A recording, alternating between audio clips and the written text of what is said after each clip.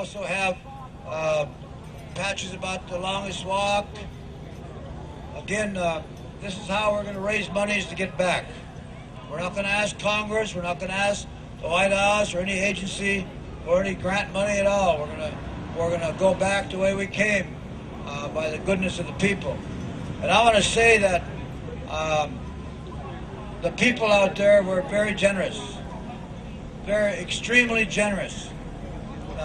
We'd arrive sometimes late at night, and they will have been waiting for us 6-7 hours, but they did wait. And they provided us with food, lots of food.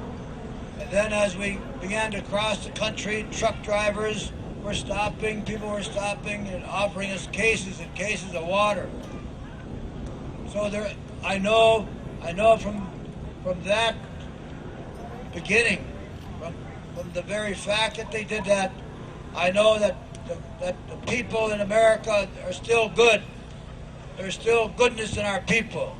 No matter what this government does, what they commit themselves to do, engaging us in this war or that war, there are still some good people in this country. We crossed 35 native reservations, 35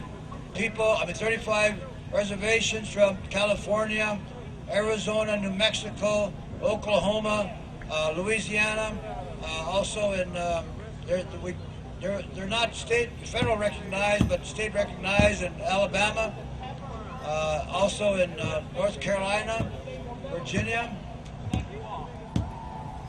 We met people who are doctors, physicians, lawyers, congressmen, mayors, governors. It was a great walk.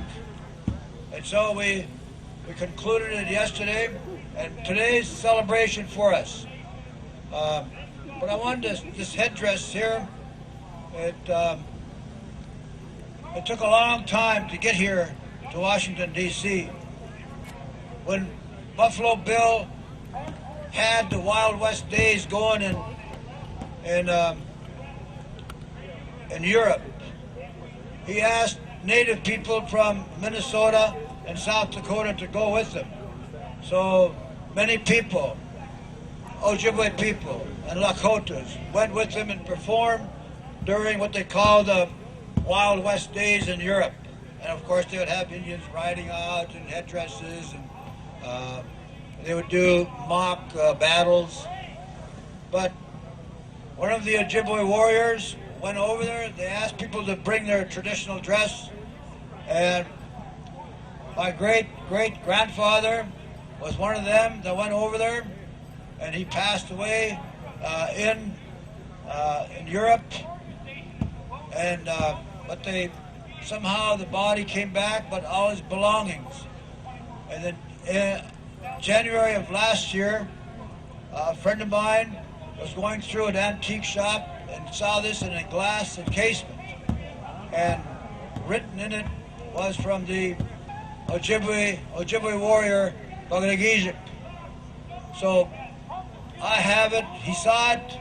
He said, "Dennis," he called me from Paris. He said, "Dennis, what is your Indian name?" And I told him, and he said, "Is that Ojibwe or Chippewa?" Of course, he knows me only by Ojibwe, and he said it was a Chippewa warrior.